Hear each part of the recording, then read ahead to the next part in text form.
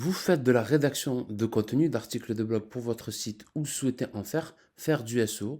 Vous avez sûrement déjà utilisé des outils pour prendre vos notes, pour savoir où c'est que vous en êtes exactement dans votre rédaction.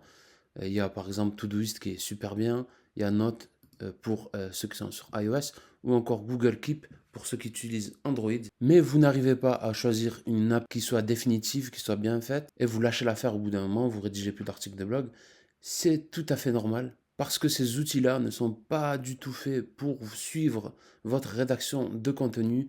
Ils vous noient sous les informations et tout simplement, les outils de type To-Do, ils ne vous permettent pas d'avoir un suivi concret. Au lieu de ça, je recommande d'utiliser Google Sheets et dans cette vidéo, je vais vous montrer concrètement comment faire ce type de tableau-là pour le présenter comme ça parce que vous aurez très bien pu prendre Google Sheets, faire un tableau normal et vous aurez les mêmes conséquences si le tableau n'est pas un minimum plaisant et qui ne vous permette pas en un coup d'œil, en quelques secondes, de savoir où c'est que vous en êtes. Parce qu'il faut savoir que quand on fait du SEO, on a souvent des coupures, notamment quand on a des enfants, quand on a un truc urgent à faire. Et donc le but c'est d'avoir un vrai suivi en temps réel des actions qu'on fait, où on en est dans la rédaction, et de pouvoir y revenir facilement après. Vous imaginez bien que sur une to-do list, on ne peut pas forcément très bien le faire. Et donc je vais vous montrer dans cette vidéo comment faire ce type de présentation. Apprendre, pratique facilement, avec plaisir, prendre l'habitude d'être rentable avec MyBoutique. Pour commencer, ce qu'on va faire, c'est qu'on va aller sur Google Sheets, c'est 100% gratuit. Quand vous serez sur Google Sheets, vous aurez créé un nouveau fichier ici et vous allez atterrir sur quelque chose qui ressemble à ça. Donc, ce qu'on va faire directement, c'est qu'on va nommer la feuille de calcul pour taper suivi et rédaction. Et là, vous tapez le nom de votre projet. Très important de le nommer comme ça, suivi et rédaction, parce que si vous tapez rédaction, ça peut tout et rien dire, hein, ça peut être n'importe quoi sur la rédaction. Et suivi, vous savez clairement qu'il s'agit d'un suivi, ça sera clair. Et My Boutique, tout simplement, c'est pour si vous avez plusieurs projets et tout, c'est toujours intéressant, on ne sait jamais ce que vous allez faire par la suite, de nommer par le nom du projet concerné. Donc, ce qu'on va faire là, ensuite, la première chose dans le tableau qu'on va faire, c'est taper ces différentes colonnes. Bien évidemment, après, on aurait pu complexifier ce tableau en mettant beaucoup plus de données, mais j'ai voulu faire assez simple pour cette vidéo, pour simplifier les choses et pour vous montrer quelque chose qui fonctionne, que j'utilise au quotidien, quoi. Bon, moi, j'ai des tableaux quand même un peu plus complexes. Donc, écrivez ces différents éléments. Ensuite, ce que vous allez faire, vous allez tout sélectionner et vous allez double-cliquer sur une séparation entre deux colonnes. Vous voyez là, ma souris elle change. Hop, un double-clic. Donc, c'est pas bon hein, parce que c'est devenu tout petit, j'aime pas. Donc, ce que je vais faire, je vais plutôt prendre la cellule la plus grande et agrandir. Tac, voilà, là toutes les colonnes sont de longueur égale parce qu'elles étaient toutes sélectionnées. Et ce qu'on va faire directement, c'est choisir la colonne F, elle est toute à droite. Vous allez rester appuyé sur la flèche du haut, vous savez, sur votre clavier. Il y a une flèche qui va sur le haut. C'est une touche qui est en bas à gauche de votre clavier. Et vous allez cliquer sur Z, ça vous permettra de sélectionner toutes ces colonnes. Vous allez faire clic droit, supprimer les colonnes. C'est très très important. Ça va vous permettre, vous voyez, de nettoyer ça et d'avoir un tableau qui vous permette de rester concentré sur l'essentiel. Ensuite, ce qu'on va faire, c'est qu'on va entrer les différents sujets. Donc ça, vous avez d'autres vidéos sur cette chaîne qui vous permet notamment de trouver des idées de contenu à rédiger pour votre article, enfin pour votre site plutôt, pour le SEO. Donc nous, on va rester sur cet exemple-là. Donc vous allez taper, vous, à la main ou les copier d'ailleurs d'un autre outil, tous vos contenus que vous devez rédiger ou que vous avez déjà rédigé. Tac, donc les cols là. Et ce qu'on va faire maintenant, c'est comme tout à l'heure, mais au lieu de supprimer les colonnes, on va supprimer les lignes. On va choisir la ligne 20, on va tout en bas. On reste appuyé sur la flèche en bas à gauche et on appuie sur la dernière ligne. Ensuite, on fait clic droit, supprimer les lignes et voilà, on a un tableau qui est concentré, quoi, qui va à l'essentiel. Ensuite, on va double-cliquer sur la séparation entre le A et le B pour que la largeur s'adapte à la longueur, enfin, je ne sais pas si on dit plutôt la largeur de la cellule la plus grande. Comme ça, on va voir les noms des articles de blog, c'est le plus important, en grand. Ensuite, ce qu'on va faire, c'est qu'on va faire la même chose, mais pour les mots-clés. Hop. Sur Google, là, pour copier, je ne vous ai pas dit, mais on fait commande C sur Mac ou CTRL-C sur Windows. Tac, je vais coller. Juste ici, c'est OK. Je vais faire la même chose pour que les mots-clés apparaissent en entier. Ça, là, la colonne lien de la rédaction, en fait, quand vous allez ouvrir un Google Docs, que vous allez rédiger sur Google Docs, je vais vous montrer pour que ça soit plus rapide. Ah, mais vous n'allez pas le voir là dans, dans la vidéo. Mais vous allez copier dans la barre d'adresse, vous savez, de votre navigateur, il y a un lien, vous le prenez, vous faites CTRL-C, vous cliquez droit copier, et ensuite vous allez dans votre document et le lien de rédaction, vous le collez tout simplement, et là c'est pas grave s'il est coupé après quand on va mettre quelque chose. Là, une fois que vous aurez publié votre article, ce que vous ferez, c'est que vous mettrez le lien où vous l'avez publié. Hop, comme ça. Vous voyez, maintenant les cellules, elles sont coupées, ça déborde pas, c'est très bien. On laisse comme ça. C'est beaucoup mieux. Donc là, vous voyez qu'on a une bonne base pour tout notre tableau qui est plutôt pas mal. Ensuite, ce qu'on peut faire, c'est qu'on sélectionne tout en appuyant sur la case en haut à gauche et on va choisir une police. Moi, j'aime bien Roboto. Voilà, bon, c'est déjà Roboto par défaut, je crois, de toute façon, vu que ça n'a pas changé. Et la ligne du haut, ce que je fais toujours, moi, c'est que je la différencie visuellement. Je mets du gras, je la mets un peu plus grand, en 10 par exemple. Je vais mettre un fond un peu plus sombre. Hop, on est sur du gris foncé, juste ici, on a la couleur de remplissage. Et sur la couleur du texte, on est sur du blanc. Voilà, donc là, au moins ça différencie le haut du reste du contenu. Ensuite, ce qu'on peut faire, ce qui est intéressant, vous allez voir, je vais copier-coller tout ça. On va faire comme si on avait beaucoup plus d'articles. Donc tac, je rajoute une cellule en dessous. J'ai fait clic droit, insérer une ligne au-dessous. Comme ça, vous pourrez rajouter plus tard des articles de blog. Moi, je vais faire coller. Hein. Donc tout simplement, ça va rajouter tout ce que j'avais copié. Et là, le problème, quand je descends, vous voyez, c'est qu'on voit plus cette ligne. La ligne qui nous indique ça, c'est le nom du poste, ça, le mot-clé, etc. Donc pour ce faire, ce qu'on va faire, c'est affichage figé et une ligne. Hop, et là, vous voyez, c'est incroyable. La ligne du haut reste tout en haut, c'est plutôt pratique. Et là, ce qu'on va faire maintenant, c'est la dernière partie de la vidéo, c'est la plus compliquée, entre guillemets, la plus complexe, mais elle est archi facile, vous allez voir.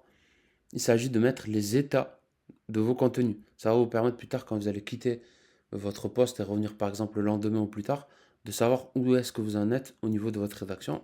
Donc par exemple, là on va prendre la première ligne.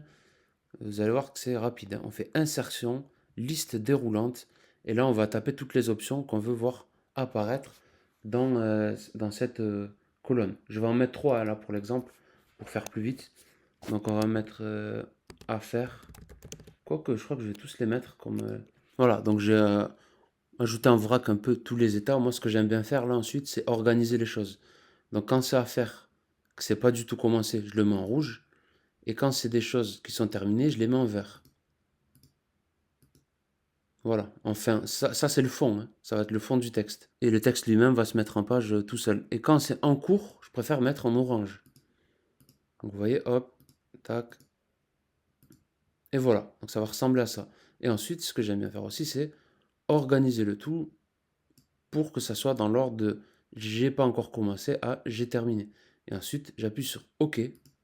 Hop, et là, je vais pouvoir choisir entre tous les choix. Vous voyez que c'est mieux visuellement quand c'est organisé du rouge vers le vert. Et là, on choisit Affaires, hop, et on va prendre, vous voyez dans le coin là, quand vous êtes sur cette cellule-là, il y a une petite croix qui va apparaître. Vous prenez, vous restez appuyé, vous descendez comme ça pour faire un glisser et vous lâchez. Donc là, automatiquement, toutes ces cellules vont être les mêmes. Ensuite, juste là, pour faire la suite de la vidéo, je vais mettre différents états, c'est des états fictifs, hein, et je vais vous les expliquer juste ensuite pour que vous sachiez au niveau de votre rédaction à quoi ça va vous servir. Là, vous voyez que c'est coupé, j'aime pas, donc ce que je fais pour que ça s'adapte automatiquement à la longueur de la cellule la plus longue, je suis sur cette colonne-là, je vais à droite de la colonne, je fais double-clic, hop, vous voyez, c'est plutôt pas mal. En gros, pourquoi je mets ces états, moi? Ça, c'est quand cet article-là, il est complètement à faire, j'ai rien fait, je mets à faire. Quand j'ai terminé le plan seulement, je mets plan terminé. Quand j'ai rédigé mon contenu, je mets ça. Quand j'ai fait la mise en page, mais que l'article, je ne l'ai pas encore mis sur le site, je mets ça. Que je l'ai uniquement sur Google Docs, mais mis en page. Et quand il est mis sur le site, mais que je l'ai programmé pour une date ultérieure, je mets programmé. Et quand c'est en ligne, ben, je mets publier tout simplement. Mais on n'a pas encore cette mise en forme-là. Je trouve qu'elle est beaucoup mieux que celle-là, celle-ci, surtout quand on a énormément d'articles de blog à rédiger.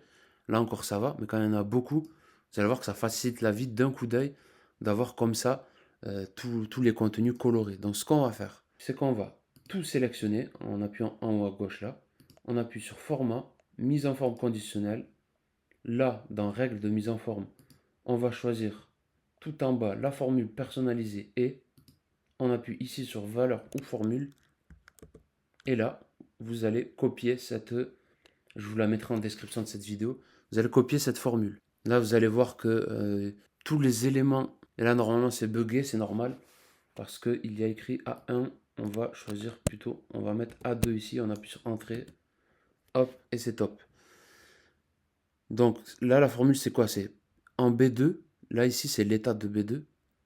S'il y a écrit à faire, toute la ligne se met en rouge. Et comme j'ai mis le petit dollar ici, ça va être le cas pour toutes les lignes qui suivent. Si sur la, en gros, sur la colonne de B, ici, de l'état de chaque ligne, il y a écrit à faire, ben, tout le contenu ici se remettra de cette couleur, la couleur verte. Donc on va le changer forcément. On va choisir le rouge. Et c'est top, vous voyez comme ça. Bon après là, il aurait fallu régler le truc, mais l'idée c'est ça. Ensuite, ce qu'on va faire, attention à mettre exactement le même texte ici que celui que vous avez là, c'est très important. On va pas appuyer sur OK, on va appuyer sur ajouter une règle. Vous voyez comme ça, tous les paramètres ils se remettent automatiquement. Ils se remettent automatiquement plutôt. Et là, on va taper plan terminé. Hop, plan terminé, on va choisir le orange. Et on va faire la même chose, ajouter une règle. Au lieu de plan terminé, on va partir sur rédaction. Vous voyez que si je mets que rédaction, ça ne fonctionne pas. Donc il faut que je marque rédaction terminée exactement comme je l'ai écrit là. Et là, enfin, on est sur mise en page terminée. On fait la même chose pour programmer. Et on va changer de couleur en choisissant le vert. Et enfin, on choisit la même chose pour publier. Voilà, et une fois qu'on a fait cette dernière formule, on appuie sur OK pour valider. Et on peut voir toutes les mises en forme conditionnelles, comme Google Sheets l'appelle. Il y en a 5, hein, ce rouge-là, ces 3 orange-là, enfin il y en a 5, il y en a 6 plutôt. Et ces 2 verts. Donc on est OK, on peut fermer ça. Et on peut bosser et revenir dessus quand on veut. Donc voilà, donc sur cette chaîne YouTube, hein, je ne vous l'ai pas dit au début de la vidéo, je vous apprends à faire du SEO, mais en un minimum de temps possible. Il faut être le plus, comment dire, le plus efficace possible quand on travaille, parce qu'on n'a pas forcément beaucoup de temps non plus pour rédiger des articles de blog. En plus, il faut gérer ses réseaux sociaux, tout ce qu'il y a à faire, YouTube et tout, etc. dans le business en ligne. Le but, c'est d'aller le plus vite possible. Donc, avec ce genre de méthode-là, vous allez perdre du temps à faire, enfin, perdre du temps, investir de votre temps à faire une première fois ce tableau. Mais après, si vous avez d'autres projets, vous pouvez faire fichier, créer une copie, vous renommez la copie, et vous aurez une nouvelle fois ce tableau-là pour un autre business, ou vous renommez sinon ce fichier tout simplement. Et en bas dans la feuille, vous ne voyez pas, mais en bas il y a écrit le nom de la feuille. Il y a une petite flèche, vous appuyez dessus et vous appuyez sur dupliquer tout simplement. Ça va vous remettre cette feuille. Là c'est une autre feuille, hein, regardez. Pour que vous voyez vraiment que c'est une autre feuille, je vais taper n'importe quoi dans les premières lignes. Hop, vous voyez, c'est pas les mêmes. Voilà, si vous avez aimé cette vidéo, bon, je pense qu'elle va pas faire beaucoup de vues étant donné que c'est un sujet très très niche, mais c'est pas grave. Pour moi, c'est essentiel. Avant ça, ce truc-là, ce que je faisais, c'est que je le donnais dans ma formation payante et je donnais le template directement. Mais je pense qu'aujourd'hui, ce temps est révolu. Il faut plus faire ça. Bah, c'était pas non plus une valeur ajoutée de ouf, de faire ça. Je l'ai jamais mis en avant, mais c'était un petit plus parmi tant d'autres. Là, aujourd'hui, je le passe gratos parce que je pense que j'ai beaucoup plus d'autres choses à vous partager, des choses beaucoup plus intéressantes. Et donc, pour me dire si vous êtes allé jusqu'au bout de la vidéo, merci de me laisser un petit commentaire, de vous abonner et de laisser un like. Ça fait toujours plaisir, ça aide à contribuer à la chaîne pour la faire grossir petit à petit. L'objectif sur 2026, ça serait d'atteindre pourquoi pas 1000 abonnés. Peut-être que je vais changer encore au cours de route. On est fin 2025 là. Donc je fais tout le nécessaire pour que ça soit le cas. Et voilà, je vous dis à très vite pour une prochaine vidéo.